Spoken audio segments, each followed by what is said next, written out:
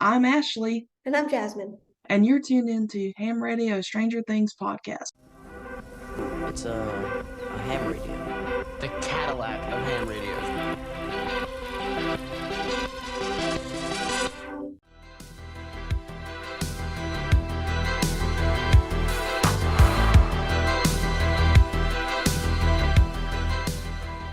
Hello, everyone. Welcome back to yet another episode of Ham Radio Stranger Things podcast. We've got a great episode for you today, as usual. But first, we have a little housekeeping to take care of, and I'm going to turn it over to Jasmin to let you know where you can find us on social media and where you can listen to the podcast. Thanks, Ashley. You can find us on Instagram at Ham Radio Media, all one word, on Twitter at HamThrow, on YouTube at Ham Radio Media, or using our handle Ham Radio 1983. We also have a Discord you can join, which is linked in the description of this episode. If you have a fan theory or question you want to share, you can email us at hamradiomedia@gmail.com. Ashley also has a fanfic on AO3 entitled Stranger Things College, which is also linked in the description. The podcast is available on all major podcasting platforms, including Apple Podcasts, Spotify, Google, iHeartRadio, Amazon Music, and much more. If you like the show, please consider leaving us a rating or review. We have a lot of totally tubular stuff coming up, so be sure to follow us on social media to keep up with the podcast and all of our new content. Alrighty, and so what would you say is your least favorite thing about the show? Oh, it's probably my least favorite thing about pretty much every show these days. It's too short. There's not enough time. In like the 90s character growth, you had 20 episodes a season sometimes, and there's still some shows that kind of have that, like The Flash. The Flash has like extended seasons. Teen Wolf kind of had longer seasons. I just wish that they had more time to really go into exploring characters and focusing on things. And they do a great job with what they have right now with the little that they have. But I just wish they had more time, time to focus on each individual character, time to focus. I mean, granted, I don't know what they'd fill a lot of that with. Like you'd go like, I don't know, the Stranger Things, or not the Stranger Things, the Supernatural or the X-Files route with like the Monster of the Week kind of thing, or Buffy kind of has that.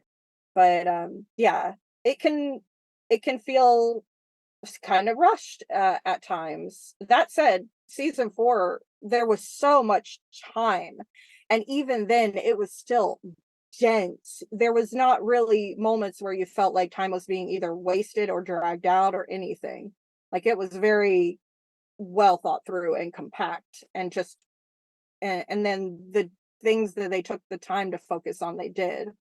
So I just yeah, that's about it. I wish they had more time. That is a good answer. I agree with that. I think my only kind of caveat to that is I feel like seasons 1 through 3 were the perfect length.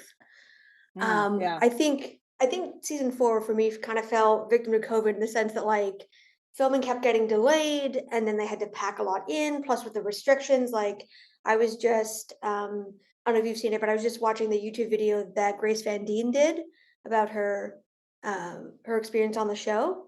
Yes, yeah, I watched that as well. Yeah, which is so good. She's so fun and giggly. I love her.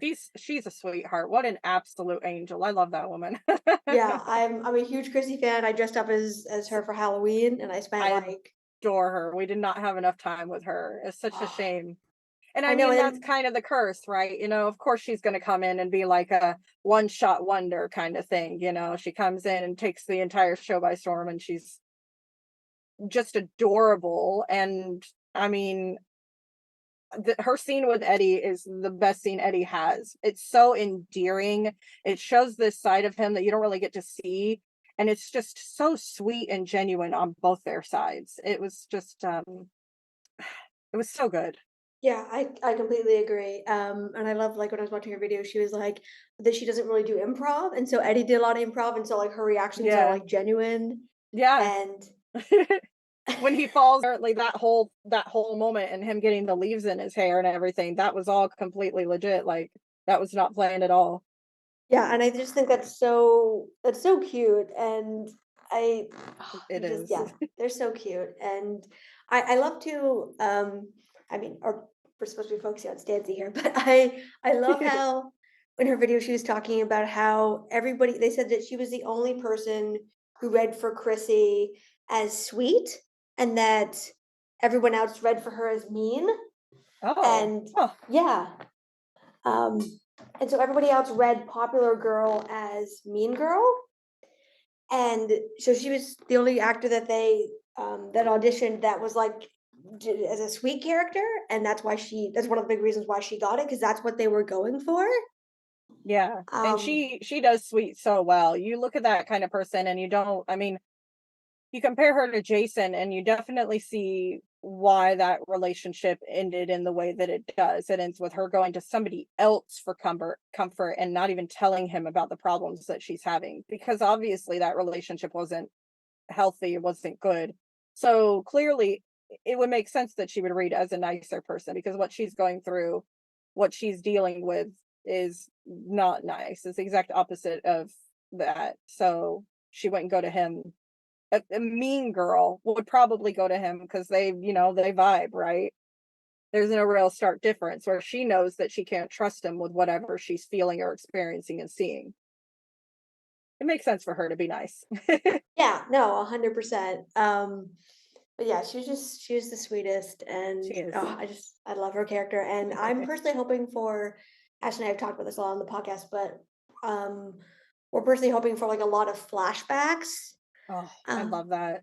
in season 5, especially since they can do so much more now with the technology where they'll like de-age people Yeah, and yeah. stuff for the other characters. Because I feel like to me that's a great way to kind of bring characters that were in earlier seasons, kind of make sure the cast is part of it, kind of for the last season, which Yeah, I I would mean, look what love. they did with, like, young Elle, like, I mean, Hmm. and there's some moments where it doesn't translate so well, but for the most part, everything that they're trying to tell you comes across. You don't question it. You don't sit there and pause to think, "Oh, but she's just a computer animated de-aged Elle." You know that the story is telling itself and it's kinda going through things. You don't sit there and really focus on it so much. Yeah, absolutely, and I'm really interested to see where that kind of ends up because I think it was Dayton that said this, but he talked about, I think he was asked about meeting, like seeing like the full Vecna get up for the first time, and he Yeah. mentioned that they were in like lineup for something. They were waiting for the to get like 3D molds of their heads and their bodies done. And so I've seen people speculating online. They're like, that's a lot of work. That's expensive. That's time consuming.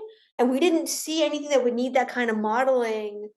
Really, 4. Yeah, 4. yeah. So, and again, like this stuff is expensive, so they're not just randomly wasting money. So I mean, that tells me they're doing something with that. They've got some kind of plan for Yeah. sure. There's Um, something there. Yeah, and I feel like it might have to do with something like either they want to preserve how the actors look and be able to, de-age or do whatever they need to do. Mhm. And or there might be things that are too dangerous or like it's safer to do it with a 3D model as opposed to the real person. You know what I mean? Like, Makes sense. Yeah. um, so yeah, I'm really excited for that. Um, yeah, super excited for that. So getting back to Stancy, um, do you think wanting to be popular played a role in Nancy's decision to date Steve? Not at all. Not in the slightest. I don't see her as the kind of person that wants to be popular. That was definitely more of like Barb's kind of thing. Barb was sitting there making a big deal about, "Oh, you're going to be so popular and everything." I think she would probably be curious about it, but more than anything, it would be kind of a deterrent for her. I think, if anything, I just don't kind of see Nancy, even early Nancy, even like season 1, episode 1 Nancy. I don't see her as that kind of girl, clout chasing and such. Yeah, I agree. I mean she wanted to kind of keep it on the down low, and I mean Yeah. I kind of see an influencer in the fact that like she obviously was aware of it, and I think if Steve had been this like had been a good looking guy or like maybe he was more middle class, like if he hadn't been super popular, I think she probably would have been like if he hadn't had the status he had. Hmm. I don't even know if Barb would have died the way she did. Do you know what I mean? Because she wouldn't have needed to downplay it the Yeah, same she way. wouldn't have had to hide it so much either. Yeah. Like she wouldn't have been encouraged to do like the sneaking around that they do. Yeah, so like that chain of events, I don't know if that chain of events would even have been set off. So I definitely think that had an impact, but like was she trying to get popular? Like I agree with you. I don't think so. Even in I think the current season, even season 4, I don't ever get that sense. Like she's doing what she's doing, running the school newspaper like for herself. She's not doing it for status. Yeah, she's a writer. She likes writing. She likes a mystery. She likes journalism. That is not the kind of girl that is sitting there wanting to be popular. Like, she's not looking for that kind of thing at all. No, I agree. Although I do love the moment when like she obviously loves like the power and prestige that comes with that position and like who wouldn't? Right. Um, and I love the moment when like Fred calls her on her shit and is like, "So why isn't he here?" And he talks about like you're the most, he can't like you're the most eligible girl in all of Hawkins. Why isn't he here? And like the fact that like she just acknowledged like they're just talking about that like it's a fact. Loved that for her. Yeah, she Loved the doesn't even confidence. bother to think about it, and I don't blame her because you look at Natalia Dyer and you're like, "My goodness, she is absolutely gorgeous." And you put that face in the 1980s and she's stunning. And not only that, not only is she stunning, but her clothes, she definitely puts a lot of time into her appearance. So she cares about looking good. So there's definitely that kind of confidence for it for sure. But she's also not really thinking about that kind of thing because as far as she's concerned, she's taken. Like, sure, Jonathan doesn't show up, but that's less about like, am I attractive enough to coerce the guy to come here? It's more about like, you know, the bond that they've had in the past, this quote unquote trauma bond kind of thing. It is a little strange that he doesn't, show up. So I don't blame her for being upset for the whole thing, but none of her is really built around being, the center of attention. She definitely doesn't seem like the kind of person that would want something like that. No, like I think she's confident enough in herself. I think you see the evolution, right? Where she's kind of not Yes, shy, but kind of, that I think that self-consciousness quiet, most of us, yeah, much have, quieter.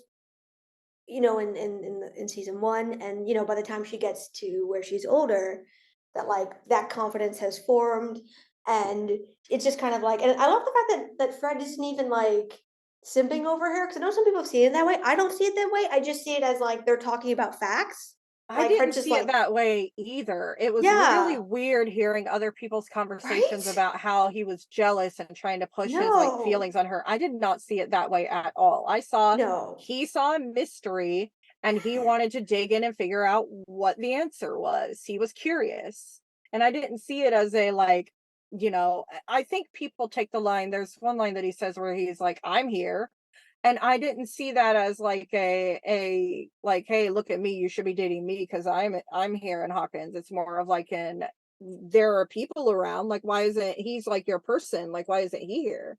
I didn't see it being about him at all. So I don't know how people read that, but it is very yeah, interesting. I'd be curious to hear the actor's take on that. And because it's mostly about how the actor is playing it, right? Like Joseph and Grace both say that they were playing it flirtatiously, like romantically. I'd be hmm curious to hear the actor for Fred and how he was trying to portray his character and how like his thoughts processes were going in those moments. yeah, absolutely agree. I agree with you. I don't think it was anything romantic at all. I think Fred was just stating facts. He was Yeah, like, "These are the facts. These things don't line up." And also, like him and Nancy are friends. Like they've been. yeah. He's we they established he's recently been promoted to managing editor, but they've They've clearly been in worked. each other's orbit for quite some time. Yeah. Yeah, exactly. So he's just like from his perspective, I get it. Like if I worked with someone on the school paper and they were like highly sought after and they were attractive and smart and going to a great school and they came from a good family and their boyfriend couldn't be bothered to show up for spring break when they haven't seen them since like Christmas, I would be also questioning where the hell they were and being Yeah, and like, well, also that's like weird. to even approach it from like not even like a friend, but even an acquaintance, you'd be kind of worried about them. Like, is everything Yeah. okay? Like, what's going on? Do you need like a someone to talk to about this kind of thing? Yeah.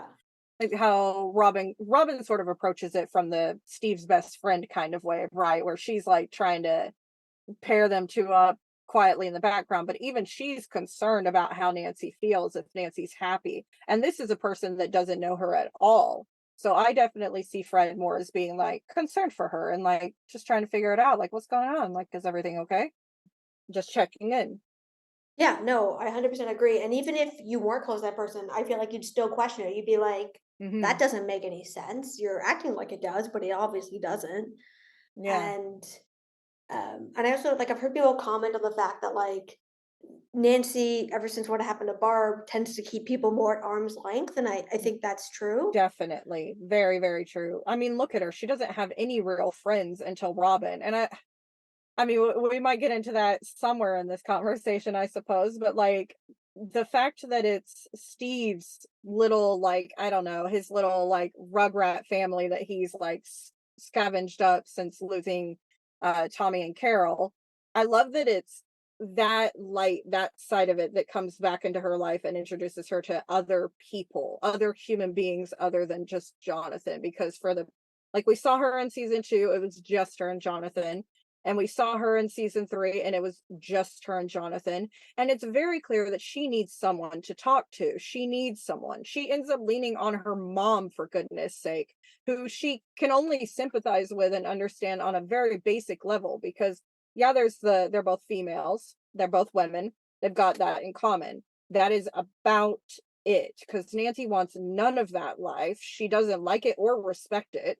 She doesn't care for it at all. And not only that, but her mom doesn't know anything about the upside down or any of that. So she still feels incredibly alone.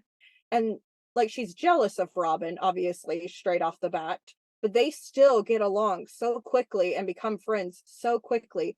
The second Steve is back in her life, she makes a friend in a heartbeat.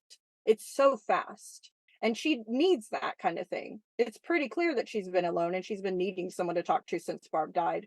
And it makes sense for her to keep people at a distance, but she hasn't really had that kind of thing. So I see Fred is definitely also probably noticing that kind of thing, that she's hiding her feelings, very standoffish. And you know you kind of want even your, I don't know, like co-workers and stuff like that to be concerned if they notice something is happening, and he very much does, because he nails it. Yeah, no, I 100% agree. Mhm. And I love that kind of Steve brings that back into her life. And I also think Yeah.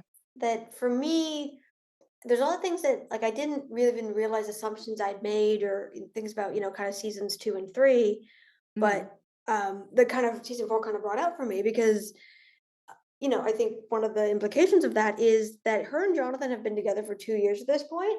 They clearly don't actually talk about the hard stuff Yeah, they because avoid it. They sweep it right under the rug and move on. yeah, 100%. Because if that wasn't the case, like, I mean, the minute her and Robin become friends, she's confiding in her, being like, I don't know if if he's met somebody else, if it's just the distance. She has no one to talk to, really on a deep level. Yeah. And, she's obviously been traumatized. And, it's sad because, like, she doesn't even really have Mike in a way because Mike's dealing with his own stuff. You know what I mean? Yeah, Like, he's writing letters to 11. He's trying to stay connected with her from this distance. He's also got the Hellfire Club, his friends that he's already had. He's still very much like the younger brother who, I mean, they were very distant from the start, and they kind of make that a thing between the Wheeler siblings, where she says, "We need to stop keeping secrets from each other, like no more secrets." And then immediately right after, they both I know that lie. scene She's lasts like, about "Who's all of Steve? five Like, so are seconds. you and Steve dating?" And she's like, "No." And then she asks him about Ellen. He's like, "What? You?" Like immediately they lie. So it's very clear that they don't communicate in the ways that they you would hope they would, but they still, I mean, it makes sense. They're brother and sister. They're going to be a little bit distant and keep their secrets, but she has no one. She has no one to talk to about what she's feeling. And as far as she's concerned, whether it's intentional or just a trauma response, she doesn't want anyone to come back in, because what if they end up going the way that Barb does? I mean, she's around Fred for like a day and he gets lost in the forest and then they find him dead. So I can't blame her for wanting to keep that kind of distance. I can't imagine how much harder it would be after that happening to want to let someone like Robin in like afterwards. But she handles it really well. I mean, she doesn't really have much of a choice. Robin does what Robin does best. Yeah, She Robin shoves herself steamrolls into in people's there. lives, which is the best thing. It's what she needs in that moment. She needs someone who is not going to be quiet and meek like a Jonathan or basically anyone else. Robin is very much a like, I'm here. You're gonna have to deal with me. I'm not gonna be quiet about it. I'm gonna be stumbling and tripping and screaming and rambling, and you're just gonna have to deal with it. And that's what she Yeah. needs. No, 100%. And I mean, I think we've talked a lot about this a lot in the server, but how Nancy and Steve are both evolved into different people. Very And much. something I love about that is I think and Steve couldn't understand where Nancy was coming from. I think in season one and two, he tried, but having never had a friend like Barb, and the night they were together wasn't his first time. He didn't have, I don't think, the personal life experience to really to meet her Empathize. yeah, to even just to meet her the way she needed him to. But one thing I Mhm. like about, and that doesn't make Steve a bad person No, he anymore. doesn't have that same experience. He is very much the right. He doesn't have siblings, so he's an only child. He barely has parents, like they're almost never around, and that's implied quite a lot. And it's just been him, right? And even his two friends are not extremely close to him, and they're both kind of assholes. And even that relationship is very kind of toxic just from the start. They don't treat each other with love and respect and concern. I mean, granted, Tommy does kind of like, pick him up when he's bleeding and take him away from that kind of thing. There are those small moments, but it's still not quite the same. So he's coming at it from a different perspective. And I definitely see Steve's, especially season two, especially in the beginning, you can tell he's worried about losing her too. He doesn't want to empathize with her about what happened to Barb, because the idea of that happening, the only person that he can really put in that position is her, and the idea of losing her is far more terrifying. He would rather, them never solve Barb's death than possibly lose Nancy as well. He brings up the whole mention of the government threat and everything, and he's like, no, I like it. It's not, we can't do that. And I get that. I get both sides of it. But yeah, it obviously doesn't handle too well. No, and something I really like about season four, when they meet up again, is that since that time, you know, now Steve has Robin. Now he knows what it's like to have a friend like that. Like Yeah. if what happened to Barb happened to Robin, I mean, Steve would probably be in prison for doing something so damn stupid, Yeah. trying to. Do you know what I mean? Like he knows what that's like now, and he has Dustin, and he has the kids, and he has these close relationships with people that, and I think Not it's only really. that, not only that, but he also knows, yes, it's worth the risk. Like season two, he's completely clueless about like a lot of it. He hasn't been through everything else. In season four, he's coming at it from a completely different perspective, where he knows like this stuff is crazy, and the only people that really know about it are us, and the only people that are going to deal with it are us. And so we either deal with it, or it's not going to get fixed. No one is going to go out there and save these people that are involved. Like, if for instance, if it were Robin, he knows that if he doesn't do it, no one else will. And that's the spot where Nancy was at in season two. She knew that no one else was going to do it, and if she didn't do it, they would never have Barb. They would never have that answer. So he's gotten to that point in season four where he knows the risks, he knows what's at stake, and he's willing to do it because he knows that nobody else will. He's 100% at the place that she was in season two. Did it take him 4 seasons to get there? Yes, but he got there. Yeah, and I think that's what I love about them, is that like finally in season four, because they've both grown and evolved and changed, and Steve has, this group of people in life, and I think it's what really stands out to me is, in contrast to his old life, he doesn't like, not only does he not need these people, do you know what I mean? But they actually bring Mhm. down his social cred and cause Yeah, conflicts, him being friends with these people and keeping their secrets. Actually, he causes him a loss of status, it causes fights with his parents, but he sticks by them anyway because he loves he them. cares He about them. comes, He loves yeah, he them. cares about them. Yeah.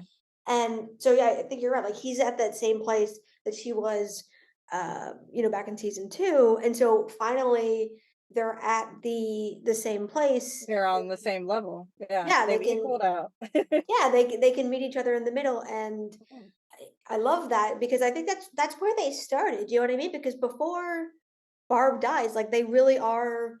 They're They're already happy. on that same level. They're Yeah, on the same level there. It's Barb's death that kind of puts that, that balance off kilter a little bit. Nancy has that side of it, but Steve doesn't. The only side of it he sees is that Nancy is dealing with something and he wants to help, but Steve's method of helping at that point is still based around the only experience he's had so far, which is pretending like it's not going on. Let's just be teenagers. Let's just be teenagers for the night. So he wants to just he doesn't even want to bury it under the rug. He wants to pretend like there's no rug, there's no house. We're there's no rug.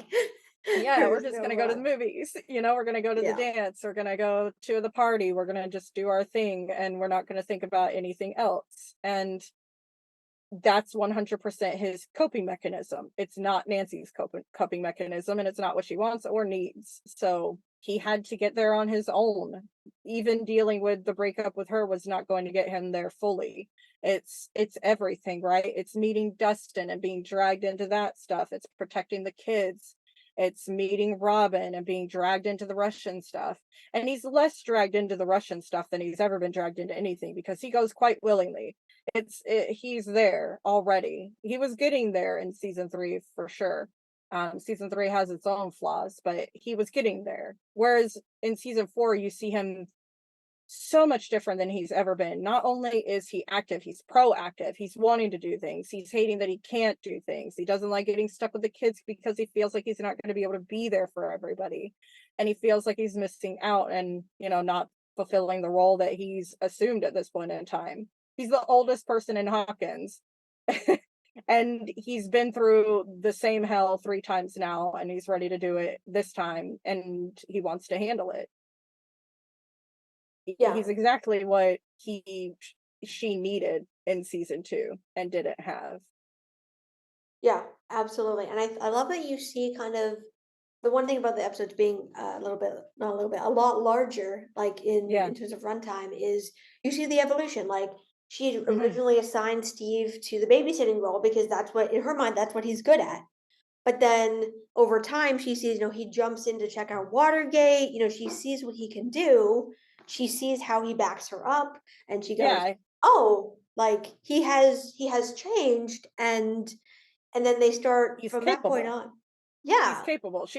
Like there are multiple times, especially early on, where he's the one at the front of the group. Like the part in the school at night, he grabs the lamp and immediately walks out. He's ready to fight. I mean, granted, it's just Lucas, but if it was anything coming around that corner, he was ready to put himself before everybody else. And I love that they don't the Duffers, they don't hold your hand a whole lot. I So love you that. don't That's I actually love it too. one of my favorite things about the show is that it's a show for smart people. It Like it's a is. show The for people. unfortunate thing is the fandom is not extremely smart, so they don't read a lot. They don't read into a lot of that. Don't read between the lines of a lot of that. So Nancy seeing this side of him and seeing that growth over the episodes, they don't sit there and make a point to go and focus on her face and have her like make it very obvious. It's her actions throughout the following scenes. Like she's still a little bit putting him off, like at the asylum when she, um goes with Robin, but she's already at this point realizing that he's gonna do his thing. When he jumps in the water, she's concerned, but she doesn't stop him.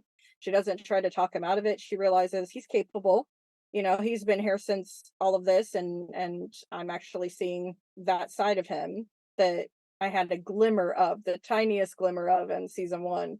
And this is what he's gonna do. He's his own person and he's capable. And he gets dragged in, and sure, they show up and he's, almost being eaten alive, but he still handles it extremely well.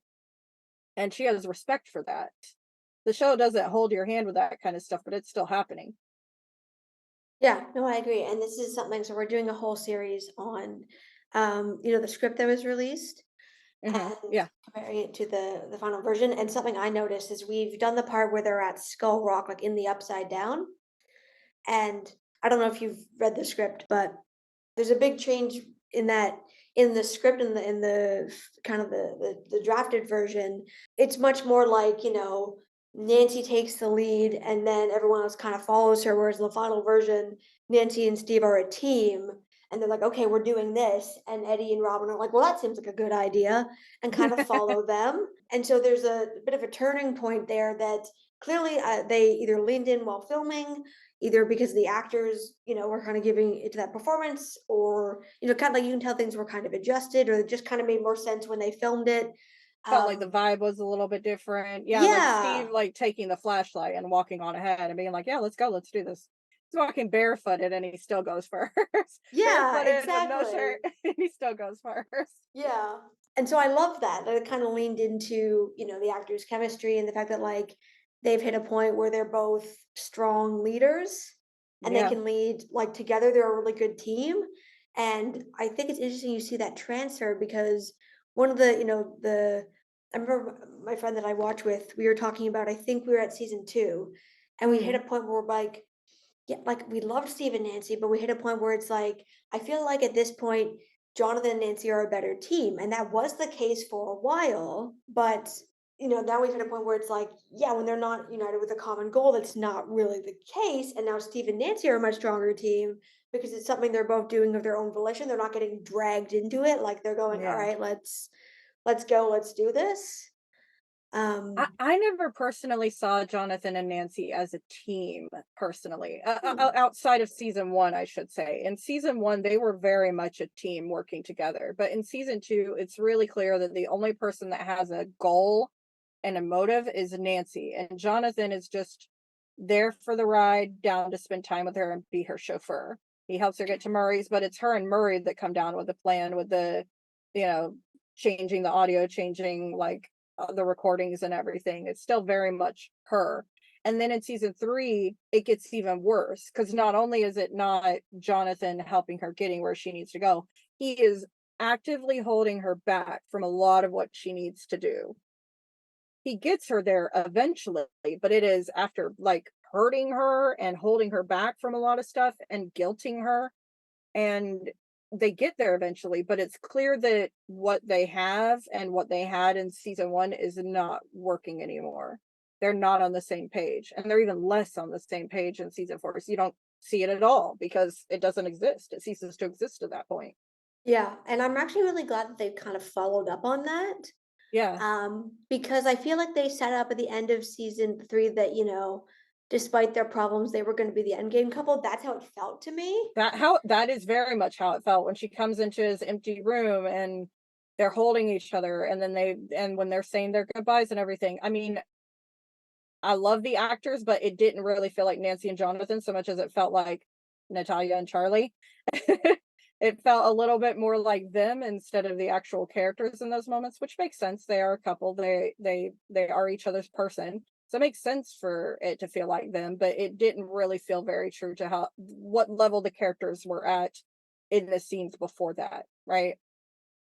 Yeah, I agree, and I like that they came back to a lot of that stuff. And Yeah. there's things I rewatched there's something that was on the wiki. It turned out to be an error, but I read that and I was like, huh. So I went back and watched the last few scenes, like basically the last part of the finale of season 3. This is Where before season. Hopper's Yeah, speech kind of thing. Okay. yeah. So that was the end of Starcourt, the Battle of Starcourt, and then when the buyers pack up and move, basically. Okay. And this was before season 4 came out. And I was messaging friends. I was like, "Man, I've forgotten how sad that finale was because that season is so like cheerful and It buoyant, It's and heartbreaking. it's That scene, heartbreaking." you have Elle reading the paper and, man, it wrenches you, like, hard. It every time I watch it, it gets me crying. I've seen it 1,000 times, and it's still just it's something about David Harbour's voice. I He has that know. beautiful cadence and that, like, Mhm. it's almost like a melody the way he talks, and it kinda calms you and both breaks your heart at the same time. He has this unusual softness that you don't really get with a lot of older men, especially. I love it. I love it so much. It very much is like a father, and he's very kind and soft. And it's such a shame that they didn't handle his relationship with Elle the way that you'd hoped it to handle in season 3 as compared to like Yeah, season 2 and season 1. You yeah. kind of season 3 definitely is the outlier for me. It's number 4 on my list for a reason. I agree. Just Yeah, for me it's like if you're talking about like ranking them, for me like yes. top is season 1. That's my favorite. And then I'd say followed by season 2. Well, actually, I feel like season 1 and season 4 kind of tied for me, and then season 2, and then season 3 is at the bottom. That's kind I of the go same back. for me. Yeah. I have to say 4 at this point is the highest on my list just because of like amazing Steve. He's the best he's ever been. And all the Stancy, like both of those two things just make Mm-hmm. season 4 just absolutely. And not only that, but the fighting with the Demogorgon, the music choices are absolutely amazing. Season 1 is definitely up there for me for a reason. You have like OG, the pure, unadulterated Steve Harrington, King Steve, and you get a lot of that. Plus, his hair is I know, gorgeous. right? I know. I His know. hair is so good. And season 2 obviously comes second because his hair is even better in that season. The only reason why season 2 drops for me is because him and Nancy split up early on, and then Nancy cheats with Jonathan. So it drops there for me because of those. But then you also get like Stephen Dustin. So it has its ups and its downs for Yeah. sure. But yeah. So I'm the same as you. 1 and 4 kind of tied there at the top, then 2, then 3. 3 just felt every actual romantic relationship in season 3 is toxic. Every single one of them. You like Hopper and Joyce, their relationship is not great at all. Like, what in the world? And then you have like Lucas and Max, that one's awful. And then you have Mike and Elle, that one's awful.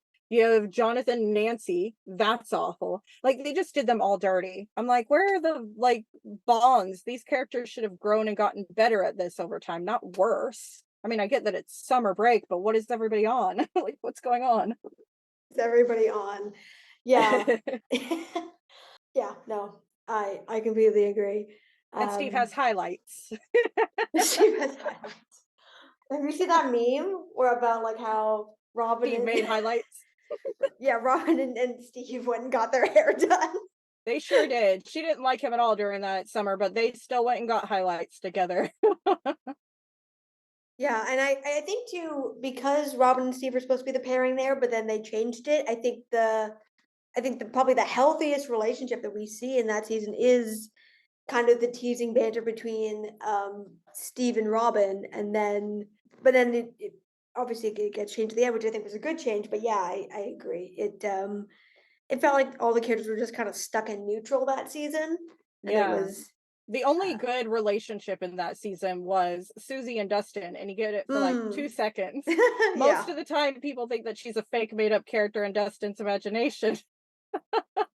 Love that reveal though at the end Oh, it's so when good. she's singing and everyone's looking at each other and they're like, "Holy shit, she's Who is real." this person? Like, what? What? He was actually telling the truth. It's I so know, good. and just oh yeah, everyone's expressions. Yes. But I like that they came back to things in season 4 because when I rewatched that, something I noticed on rewatch that I hadn't noticed the first time through, because I hadn't rewatched any part of season 3, Mm. was that end scene when the buyers move. You've got Mike and Elle talking, and Mike talks about okay, I'm going that he's going to come there for Thanksgiving, and that her and Will can come for Christmas, and then you see them making plans, and then you cut to Jonathan and Nancy, and something I noticed on rewatch, which did wind up coming up in season 4, is you don't see them make plans. They don't make plans. You're No, right. they make no plans. She says something about like keeping him there or something, right? Like Yeah, something about keeping him in the room or yeah, hiding him or yeah. whatever. And Yeah. then I noticed that, and then the reason I was talking about this with friends is because when we saw the trailer, the one where you have Steve and Nancy. So two things happened. One, we saw the trailer where Steve and Nancy have the "see you on the See other you on the side" other moment, side. Mm-hmm. and I remember because we did like a whole predictions thing on the podcast, and I remember saying something is up there. Like I don't know if it's they're going back to that as a relationship, like, or if it's one Mm. of those, we dated, we broke up, enough time has passed that we can be genuine friends now. And I See remember you on the saying other that. side of that kind of thing. Right? Yeah, because it Yeah. kind of had that vibe to me, and I was like, I remember saying to Ashley, I'm like, something is up because we don't see Jonathan and Nancy together in that trailer. They never made plans. Why is Mike going to California without her? I'm like, I don't know what's up, but something is up. And then we saw that season, and I was like, yep, something was up. Yeah. Something was definitely up. Yeah. It was funny because I watched the trailer, which I don't normally do. I normally skip trailers entirely, but I watched the season 4 trailer because let's be real. All of us were thirsty enough for any Stranger Things at that point that a lot of us were desperate and made really bad decisions. And I watched the trailer. I wish I had it in hindsight just because there's a few things that I wish I had been more surprised about.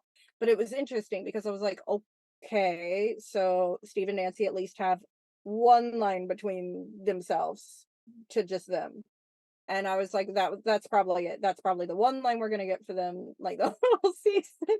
Joke is on me, apparently, because my goodness. But I thought it was very interesting. My theory was that something was going to happen to Steve.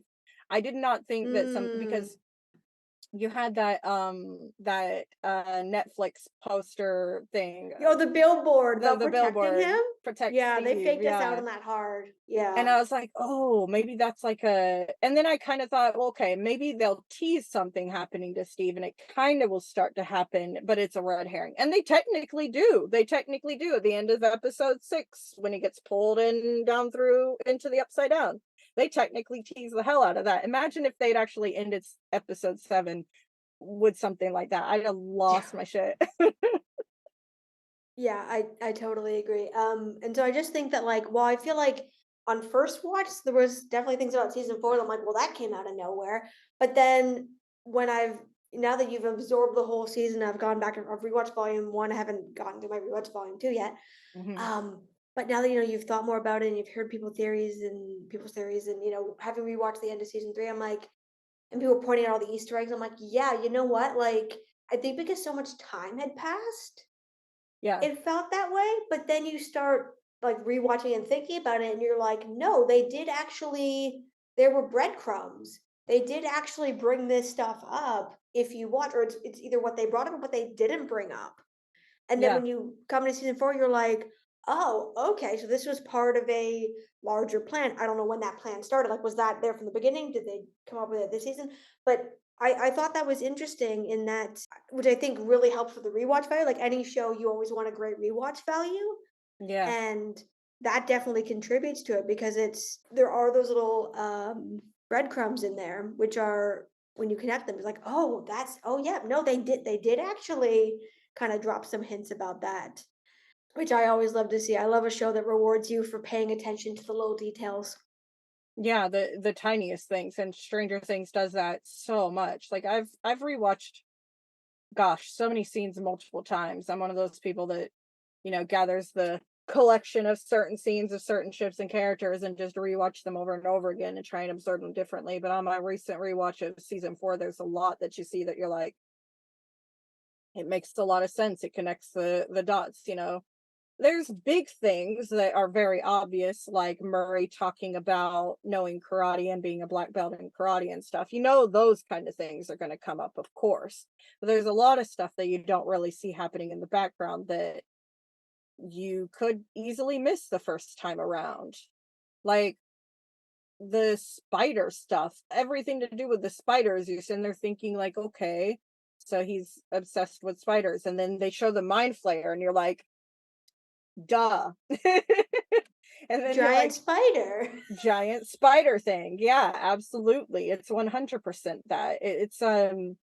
It's so well done. I mean, if it's an accident, or because I mean, I write, so obviously I have a pretty good idea of how the plot kind of tells you itself as you're writing it. There are definitely things that you have that are intentional, but there are a lot of happy accidents that you're kind of like, oh, right. Yes. No, that makes perfect sense. And maybe it's happening on a subconscious level, but I'd really love them to like sit down and say, like, this was planned from the start. This was planned from the start. This kind of took us by surprise. This we changed because of the actors. Da da da. Like how intricate had they had things planned with Will, because if you watch season 1, Joyce literally says it in the first episode that kids are picking on him and calling him, queer. And here we are in season 4 and he is gay. So that much is very clear. And was that planned since episode 1 in season 1? I'd love to know. I'd really love to know the stuff that they had planned from the start, because it's kind of crazy. It can't be an accident. Some of it, I would think, it can't be an accident. But it wouldn't surprise me if there were a lot that they were just, completely unplanned. Yeah, I feel like it's a mix. Like, I definitely think Yeah, Will was planned for the start because, like, that's part of the Montauk they script. hinted it. Yeah, Yeah, and they've said that like you're supposed to be asking those questions. So I definitely think that was planned. I think something I'm like Will's one of my favorite characters, and I'm really excited for his storyline in season 5 because I feel like they've hinted at so much, and I want to see that all come together. yeah. Have you seen Um, that post on? I mean, technically on the Stancy server, it's in the like, not to be taken seriously takes, but I took it very interestingly. Was the Will touching the back of his neck thing? Did you see that post? the one about the Soteria and all that stuff. Yes, yes. Yeah. Oh, I've thought that from the beginning. I Like when thought that was they awesome. I thought that was a great take. Are you kidding? That is Yeah, I thought that from amazing. oh yeah, from season 4, I was like, "Oh, no, that's 100% what that is." Like, that right when I finished volume 2, I was like, "That's it. That has to be it." I mean, it has to be it, right? Like, Right? it's not an accident. That motion that No. he makes with his hand is the same motion. And it's very curious. The second I saw that post, it had not, speaking as someone from the outside of it, had not occurred to me at all. But to Oh, be fair, really? I didn't see Henry being a bad guy at all. I was completely blind to it. I think I was Oh, so wow. focused on like figuring out what happened to Elle that I did not pay attention to this orderly. I was like, who is this guy? Like, whatever, like, lit. And when he's bringing her down to show her like the tunnel to get out, I was like, oh, he's gonna like die and it's gonna be like traumatizing and like blah, blah, blah, like whatever. I did not see him coming at all. It was one line he said when he finally pointed out the thing on his neck. He says, "It's making me weak." And immediately that was the one that flipped the switch. And I was like, oh, he's evil. Okay, cool, got it. See, that wasn't it for me. I knew something was up with him, but I didn't know what it was. I wasn't expecting that to be the twist. There was a lot of things in season 4, so Vecna being one of them. Hmm. But there's a lot of things where I was like, I'm looking at it, and I'm like, oh, something is up. But I didn't Yeah. know what was up. Like I was surprised by what the twist was, not that there was one, because I just got that Yeah. vibe where I was like, but I mean, credit to Jamie Campbell Bower, like you Yeah. totally buy him, and it wasn't until Yeah. He like, seems very sincere. oh Yeah. yeah, and I think it's such a credit to his acting, Yeah. that it wasn't until, like, things are going farther along, even, like, my friend who normally picks that stuff right away, we're watching and we're like, "Something is not right," 'cause as soon as they got to the basement, we're like, "Hang on, but she didn't actually escape until a few years later, so there's something wrong here." It's too early. And then we're like, and then as she comes out, she realizes he's people have been killed. We're like, even then we're still confused. We're like, well, okay, I get killing the guards or killing the kids that were trying to kill her, but why the others? And we're like, what is this guy doing? And then you find out, oh, like the layers of it took us by surprise. Yeah. I Um, love that it happened for different people at completely different times, depending on what they were paying attention to and what they were trying to figure out. Because I was paying attention to everything that he was saying and absorbing it all for sure, but I wasn't second guessing him until he said the weakness thing. I pretty much put all of it together the moment he said that. I was like, oh, so he's evil, he has powers, and he's Vecna. Got it. And he kills all the kids. I knew it the second he said that, and it fast in my head that I was like, oh, right. And then it all just literally happens because it does all happen. But it's very interesting because a lot of the group that I was with watching it kind of took things differently. Some of them saw him as being evil from the moment he showed up. Other people knew it after a few times. I have a friend that noticed it when he started telling the story about one. That was when they noticed it. They were like, Yeah, the second he started saying that he knew one and he was familiar with him, I knew that he was talking about himself. Like, really? I didn't suspect that in the slightest. And I think that's something that makes season four so great is that yeah, for every person it's different. Hmm. And you talk to different people, they're like, "Oh, I knew that immediately," or "I." For me, a lot of things were gradual. Like I had that feeling of something is up, but it was more gradual for me. So I think it's so interesting, and I think that that's good. That's good television, right? Because Yeah. it's a different experience for everybody. And it's built really well, and just the quality of the acting. Because you have to be a really like your acting has to be excellent to pull that off. Yes, Because if you're anything less than excellent, the twists don't work. exactly. Um, and they've spoken about how much time they've put into casting, and it's like, yeah, it really shows they did not half-ass that, and the casting Hmm. department like deserves all the props. Yeah, they go in knowing what they're looking for, but they're also open to being surprised by an actor. And like the whole thing with Grace, obviously they knew exactly what they were looking for, no one was delivering, and they get that one that they're like, there it is, that's the diamond in the rough, and they know it the second they get it. They've pretty much nailed it every single time. It's impressive. I definitely think some of it's luck, but not that much luck. No, there's a Some of little it bit is of definitely luck, them, because I think a little bit of luck comes into it, but the for fact that like sure. everyone who's worked on it has said like we knew this was special. Yeah. Like we knew this was special, so it's going to attract special people. If you have something really unique and special, you're going to attract unique, special people. And Yeah, yeah, in many little ways, it kinda reminds me of Firefly in that way. I don't know if you've ever seen Firefly, but I've seen bits of it. I know what you mean. it's very much that perfect storm, and Firefly was only cursed by the fact that they were under Fox, and of course, they were going to get canceled because that's what they do. They were just cursed from the start, but they had the everything else going for them. Yeah, no, 100%. Nathan Fillion is great. Nathan Fillion is Um, great. yeah, he is awesome. But yeah, we should probably get back to Stancy. I'm totally down for another question. I'm ready whenever you are. Okay, so this is coming back to seasons one and two. Do you think that Nancy was in love with Steve in season one and then fell out of love with him due to the trauma from Barb's death by season two? Or was she pretending to be in love with him? This is a loaded question for me, I'll be honest, because I always only see it one way, and for me it's very obvious. I don't know why it's not so obvious for other people, but I 100% think she was in love with Steve. But I think she grew out of that love really quickly. When you see a side of a person that doesn't work for you and it's strong enough, visceral enough, you kind of fall out of love with them. And sometimes it's really quick because they're not meeting a very important need of yours. And that's okay. It is totally fine for her to fall out of love with Steve that fast. Perfectly normal, especially for a teenage girl going through guilt and trauma from losing her best friend, a huge amount of shame going along with it. And not only that, but Steve is 100% completely connected to it. There's no way the two aren't going to be connected. So I see her feelings as genuine. The way that she looks at him when they're sitting there doing the study cards, that's love. That's what that is. The way that she looks at him there, the way that he comes up to the locker and tells her, no, no, I haven't told anyone. And she looks at him there, you can see it in her eyes.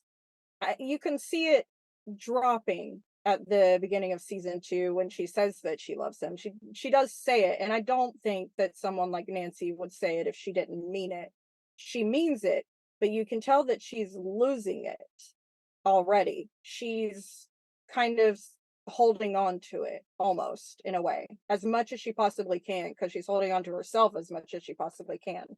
And she loses it because in that moment in the library when she's in a lot of ways saying, I need this from you. And he's saying, I can't give this to you and I'm not going to.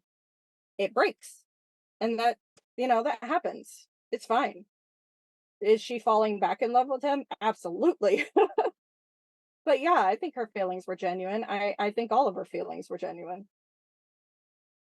Yeah, I kind of go back and forth to be honest. Love that take. I kind of, because I definitely think she was. I agree the way he looks at her, the way she looks at him. I definitely think he was in love with her. Like I think by the time we see their relationship, definitely by the time of the pool party, he's in love with her.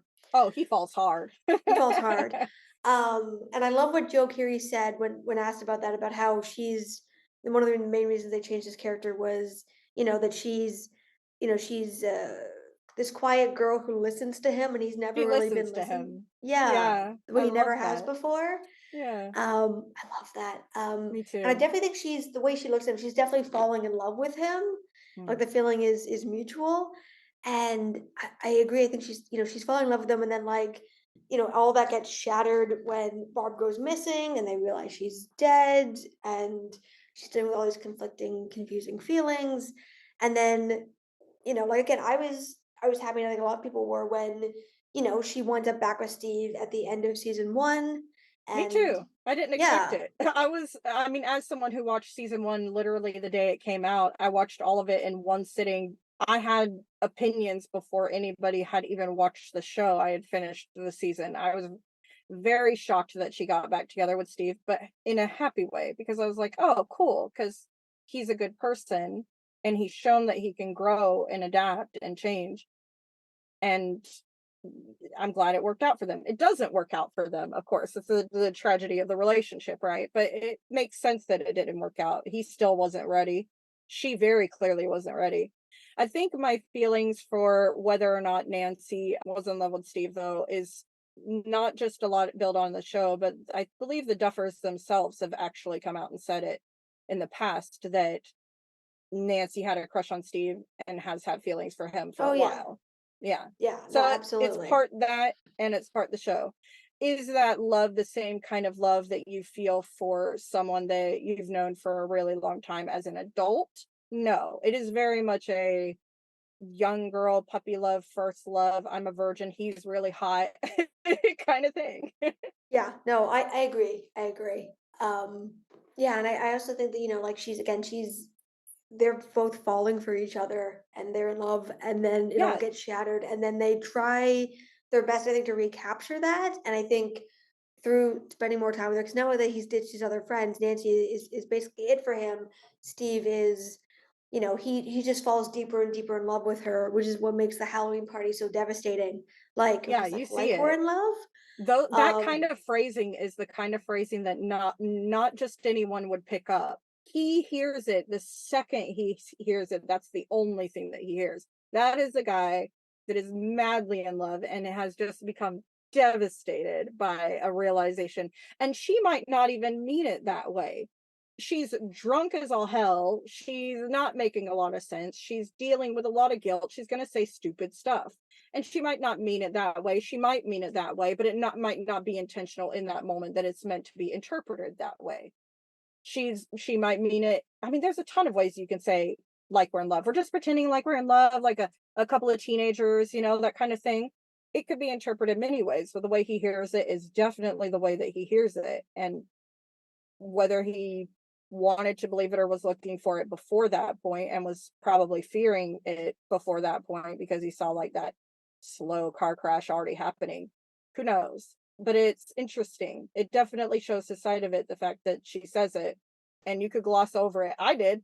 I didn't notice it the first time. I was like, what's he talking about? When did she say like we're in love? Like what? I was very confused where he even got that sentence from. We had to like rewind it back to re-listen to her to even understand what was happening at the time. So the fact that he picks it up and runs with it and is already thinking, I've lost her, I've lost everything. And he walks out because he just doesn't know how to deal with it. Is very much a guy in love, unfortunately for him, poor thing. yeah, 100%. And other people have caught this on rewatch. I didn't, but the fact that after he leaves, when she's cleaning her shirt, she makes the middle finger. Does she?